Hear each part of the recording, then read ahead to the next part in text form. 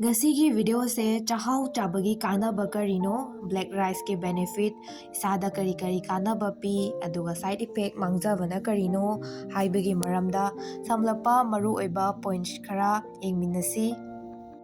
aduga Chak Hao se forbidden rice hairaga su khangnei mangonda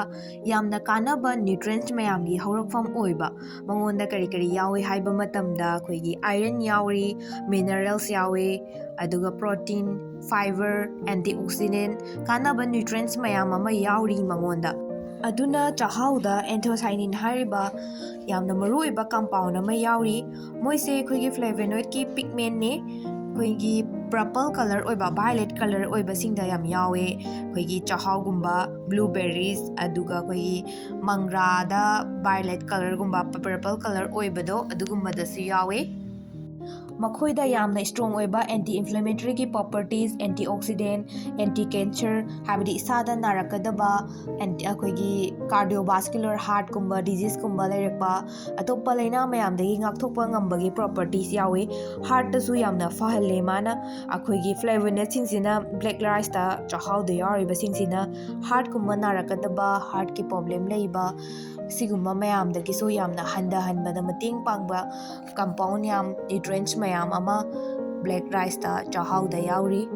saigi Chak Hao da yauriba anthocyanin hariba compound sina toppa laina ngakthokpada nattana anti cancer gi properties kumba lehanba cancer gumba narakpadi ngakthohanbagi kanabasu yawi mangonda yauriba anti inflammatory antioxidant isada tholakadaba oxidative stress mayam du lawthohalaga kanaba yamna pihalle Chak Hao da yauriba compound mayam sina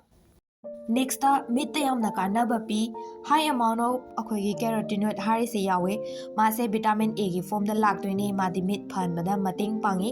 akoina meat phanaba yellow orange oiba vegetables koi mairen gumba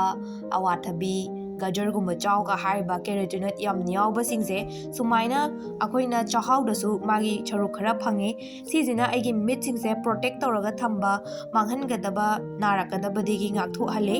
aduga fiber mayam yaubana maram oiraga akoina chaba tumba gumba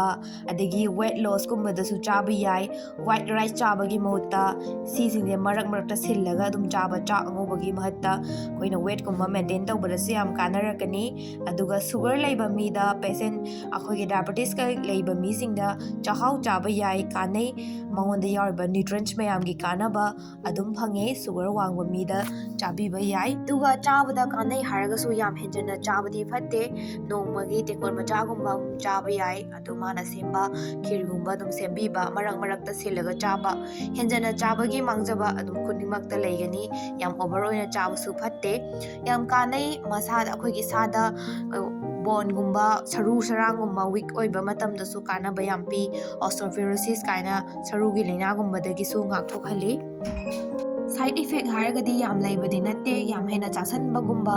chanadragadi puk nungaitaba chaba tumba watpa gas gumba yam forming tawba bloating gumba yamna puk duk lauraga leiba adugumba tawba yawi toppa kaishu yamna henjanna nattaba khitang chabadi kaishu kaide include tawraga adum marakta choidana chabiyo asigidi sida lotion jarage mayam thanks for watching